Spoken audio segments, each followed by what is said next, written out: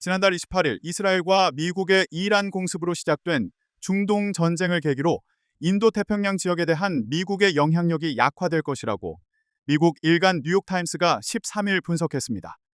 뉴욕타임즈는 베트남 호치민, 한국 서울, 일본 도쿄 등 아시아 지역 지국장 3명과 워싱턴 DC 주재 국가안보 분야 취재기자 1명 등 4명이 함께 작성한 분석 기사에서 이런 전망을 전했습니다. 뉴욕타임즈는 미군 지도부가 그간 인도태평양이 미국의 안보 전략에서 차지하는 중요성을 매우 강조해왔으나 이번 전쟁을 계기로 이 지역 안보에 대한 미국의 약속에 이미 무리가 가고 있다고 지적했습니다. 뉴욕타임즈는 한국에 배치돼 있던 패트리엇 미사일과 사드용 요격 미사일의 중동 반출, 남중국해에 배치됐던 항공모함전단의 중동 이동, 호주군의 항공기 인력, 공대 공미사일 중동 지원, 일본과 타이완이 주문한 무기의 인수지원 전망 등을 그런 예로 꼽았습니다.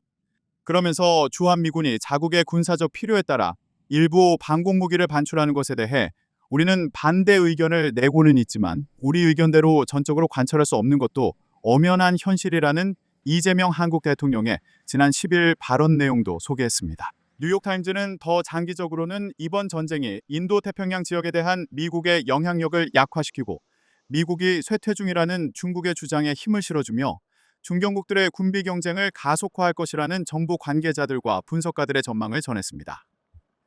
뉴욕타임즈는 이번 전쟁으로부터 아시아 국가들이 내리고 있는 초기 결론은 3가지라고 분석했습니다. 이 매체가 첫 번째로 거론한 초기 결론은 아시아가 미국의 최고 우선순위와는 거리가 멀다는 인식입니다.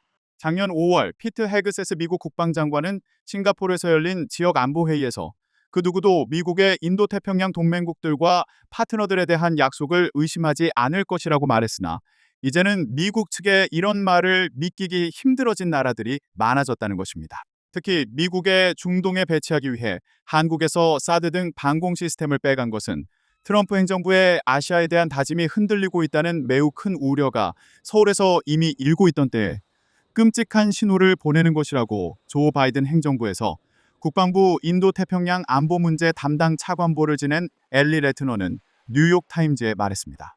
미국은 앞으로 일주일 동안 이란의 파상 공세를 예고하며 일본에 배치된 강습 상륙함과 소속 해병 원정 부대의 중동 파견을 결정한 것으로 이날 전해지기도 했습니다.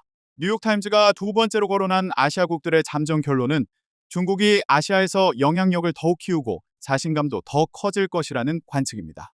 중국은 아시아 지역의 경제적 고통을 미국이 무시하고 있는 것으로 보인다는 점을 이용해서 중국이 믿을 만한 유일한 초강대국이라는 주장을 펼 수 있다고 뉴욕타임즈는 지적했습니다. 아시아 지역 국가들은 대부분의 석유 수요를 중동산 원유로 충당하고 있어 이번 전쟁에 따른 타격이 특히 크며 필리핀 등에서는 석유 배급제까지 실시되고 있습니다.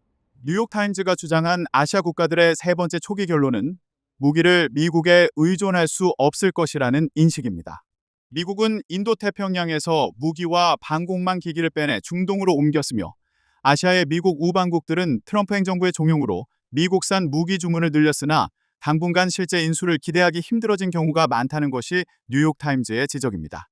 일본의 경우 계약 체결 5년 이상이 지났는데 아직 인수하지 못한 미국제 무기가 주문 건수로는 118건, 계약 규모로는 72억 달러에 이릅니다. 이에 따라 여러 국가들이 군수산업 역량 개발 경쟁에 뛰어들 공산이 크다고 뉴욕타임즈는 분석했습니다. 아시아 국가들의 이런 우려들에 관해 논평해달라는 뉴욕타임즈의 요청에 미국 국방부는 제공할 내용이 없다는 짧은 이메일로 답했습니다.